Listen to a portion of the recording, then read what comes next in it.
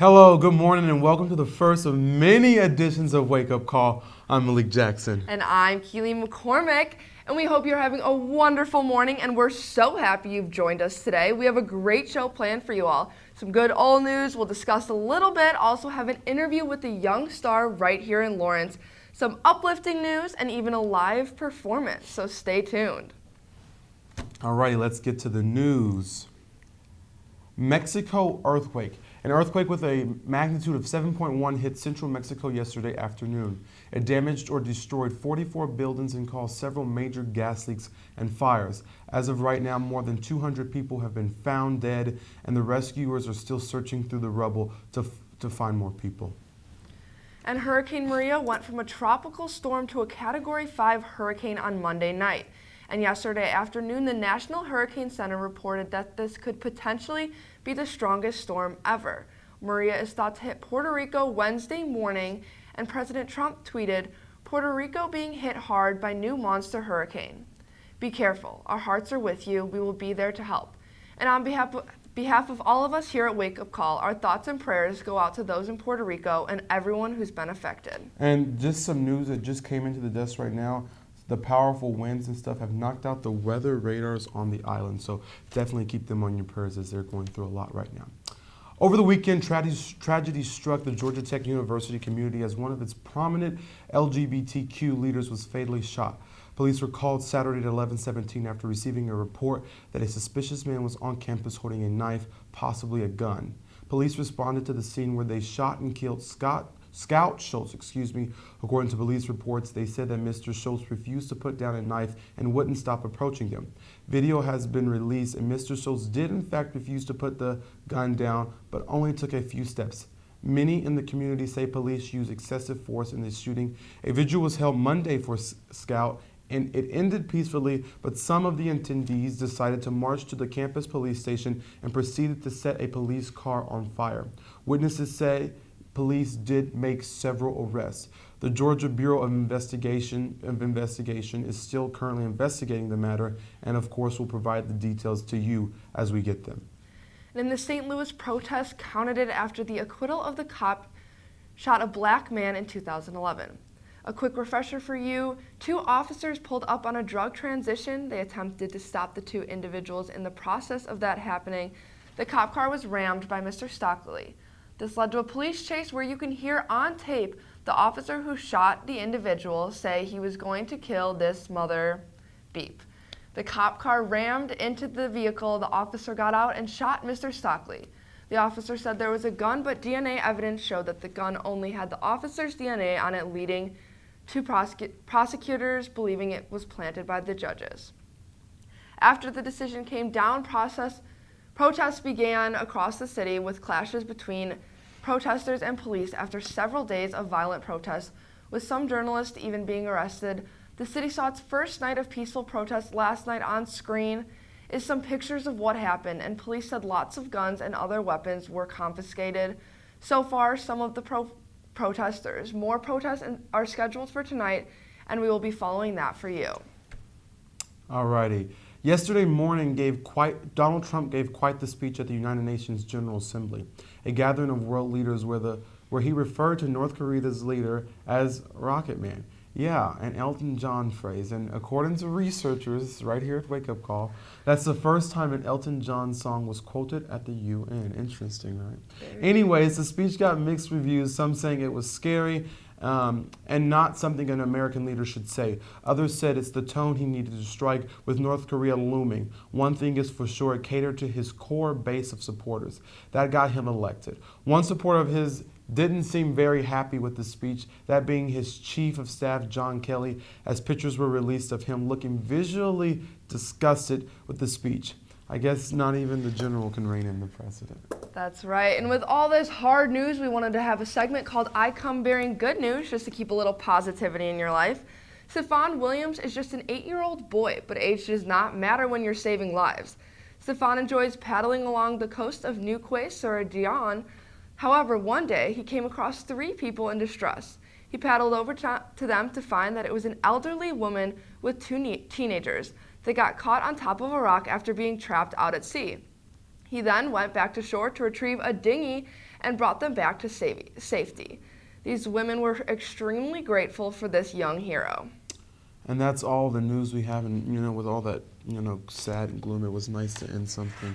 And we hope right here at Wake Up Call, with everything that's going on in the world, we can always put a smile on your face. That's all for A Block. We'll be right back with much more right here on Wake Up Call. Where you go to college makes a statement about you. This place will become a part of you, your identity for life.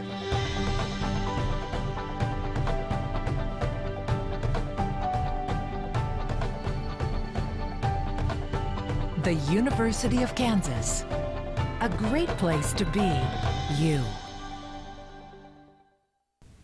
And welcome back. After all that hard news, we've got some hot topics for you guys going on in the world today. Yes, we do. First, we start off with Chipotle. Their stock is down. That's right. Ever since Chipotle released their new queso, their stock went down 3.6, which is kind of interesting. I think everyone was super excited about the queso coming in, but I've heard some bad reviews. I heard that it's very gritty, and Chipotle released a statement saying that they use all natural ingredients, and that's why it tastes like that. But I don't know. I don't think the people like it. And with the reviews, I don't know if I'll try it. I definitely don't think I'll be trying that. Interesting. Taco Bell, maybe their stock will be going up. They're doing this new thing where they have cantinas. They're going to turn the drive-thrus into cantinas and start serving alcohol. I think that'll be interesting. I'm not sure if I'll personally be going to that. Taco Bell. Well, yeah, you're not 21, so I hope that's right. Well, to me, Taco Bell's not the most authentic Mexican food, so I might be staying away from that. But hey, we'll see. Maybe I'll give it a try. Interesting enough that that Taco Bell would think that people at all places, a fast food place for alcohol. No, I guess some places Chipotle does serve alcohol, which I found out when I moved to Georgia this summer. And I was going to a movie with my aunt, and she was like, let's go to Chipotle first. So we went, and she said she ordered alcohol. And I was like, we're not in Kansas anymore. Interesting. I guess so. Well, speaking of Mexican food, Justin Bieber, all in the same. Yeah, that totally flows. Justin Bieber is back in the studio, which I'm personally very happy about. Gotta love Justin Bieber. He's working on a new song called Emotional Roller Coaster. I think he might have written it about Malik. We weren't supposed to say that. Anyways, I've never been a huge fan of Justin Bieber, but his last two songs, or I don't know if they're the last two, but the one with DJ Khaled when he was featured on that, and then I think the song was called Despacito. And I don't know the notes. Yep, that one. Yeah, but you see what I'm saying. So that'll definitely be interesting, and maybe it'll be a good song, maybe something I can vibe to, like, I'm the one, yeah, I'm the one. Yeah. I think Justin Bieber always comes up with very catchy songs, and I honestly do. I think he's a beautiful boy with a beautiful voice. So. Alrighty, moving right along. Sean Spicer. So he was a press secretary for a few months for the White House, and he was, riddled because people say he told so many lies, and they fact checked him, and he did tell quite a few lies. But the very first day that he was press secretary, he came out and said that Donald Trump's inauguration crowd was the biggest crowd that had ever been, which was just a flat-out lie. So as a joke, he came on the Emmys this past weekend, as many of you guys saw, and he said, this is the largest Emmy crowd that's ever watched. And some people thought it was funny, and other people said, well, you blatantly lied to the American people, and now you're joking about it. So, as I can see the comedy in it, but it's also, it kind of like, as a journalist, I'm like, you did do that. That's right, yep. I agree with you on that. Well, moving along, once again, onto Snoop Dogg and Demi. I'm personally a huge fan of Demi Lovato. And I'm a huge fan of Snoop Dogg, I have to say. But anyways, it's not really a controversy, it's just kind of a funny story. Demi Lovato was uncomfortable telling Snoop Dogg that he couldn't smoke weed in her house. She was talking to one of her close companions at her party when she threw this big party. And Snoop Dogg was, of course, he came in with like Wiz Khalifa, etc., and was smoking weed. Snoop Dogg. And she said, I just wanted to tell him to stop. I didn't want people smoking weed in my house, but, how can you tell Snoop Dogg to stop smoking weed? I think you listen to Demi Lovato. That's a pretty powerful gal. But that's like telling me to be quiet. It's just not going to happen. It's just not going to happen. All right, Malik. Okay. That's all for this segment. After the break, we'll be back with an interesting interview, so stay tuned. With a local singer.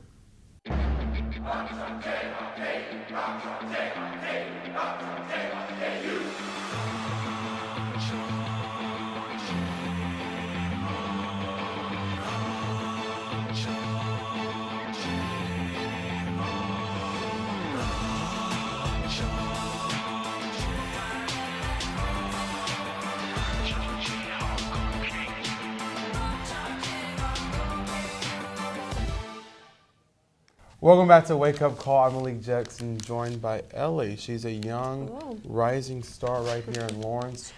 She's a great singer. I heard her last night. She's actually phenomenal. Thank you for joining us this morning. Thanks I know for it's having me. short notice, but you still made it, and I appreciate Yeah, that. totally. So, what made you start? What got you started with this music?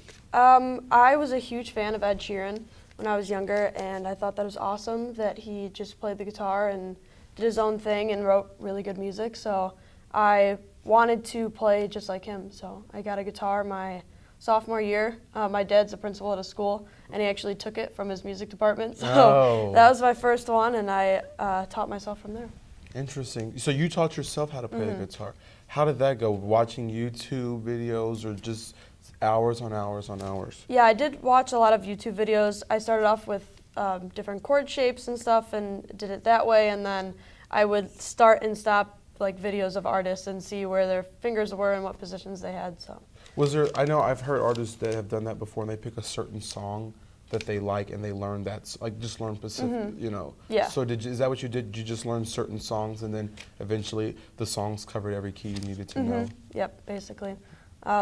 Just whatever technique I wanted to learn, I would pick a song that had the technique and go from there. Cool, cool. And so when you were in high school, were you choir, things like that, or you just... I wasn't in the choir band. I was in junior high. I joined a group called School of Rock.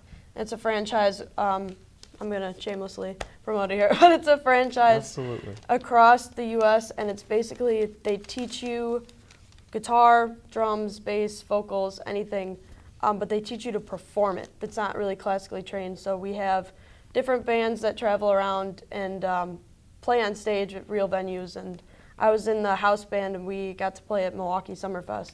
So it's a super cool program, and that helped me refine my vocals and help with guitar a little bit as well. So when you're singing, you're playing guitar, what kind of genre are you, if someone would say you're in this genre, what genre do you think you'd fit in? When I play by myself, it would probably be contemporary or kind of alternative singer-songwriter type things. I go all over the place. That's very, very cool. So what's your favorite genre and who's your favorite artist right now? Right now, I'm very late to this, but my favorite genre is probably like grunge alternative, and I'm listening to Audio Slave currently. Interesting. I haven't heard that. Maybe I'll go check that out. So you did tell me before we had a little discussion, and you said you do write your own music, but it's not published anywhere. So when do you think that you'll start publishing this music, making it public to get your name out there and such? Well, when I have the songs that I'm confident to put out there, I'll definitely find a way to do it. But I live in a dorm room, and I don't have the means of recording too much, so That makes sense. So once I get that going, Then they'll come out. It'll all work out. You got to start from somewhere. Right? Yep. All right.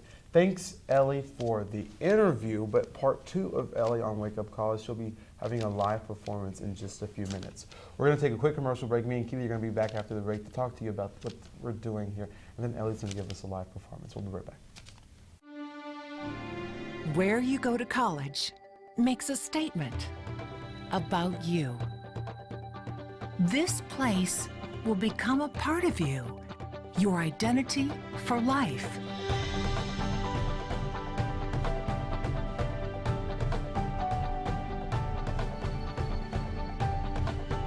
The University of Kansas, a great place to be you. Welcome back. We just wanted to say thank you so much for tuning in today to Wake Up Call. We're going to be here every Wednesday at 9 a.m., so we hope to see you back here next Wednesday. And we're going to have the hard news. We're going to have the good news, the fun news. It's going to be a fun Everything time. you need to know is here at Wake Up Call. What matters to you? That's right. The 2 most beautiful people in television presenting it to you. That's right. So we hope to see you right back here next Wednesday. At 9 a.m. And Ellie's going to come on to send us off on this first episode. Thank you, Ellie. Good luck, and we'll see you guys back here next Wednesday, 9 a.m.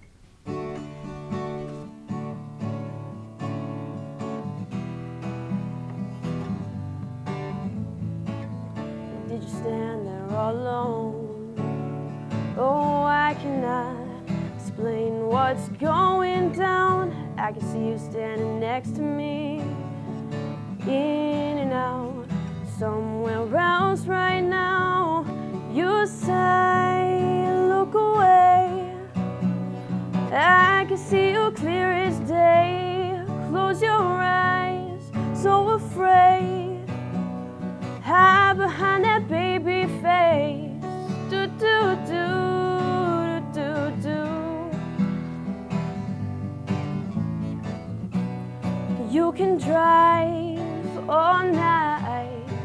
looking for the answers in the pouring rain.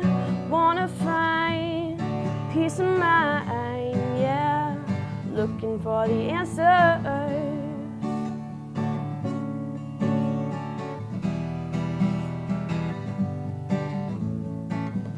Funny how it seems like yesterday, as I recall, you were looking out of place, gathered up your things and slipped away.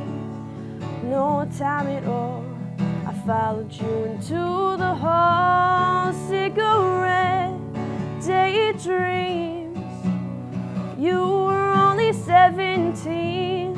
Soft speak with a mean streak nearly brought me to my knees. Do do do do do do. You can drive all night, looking for the answers in the pouring rain.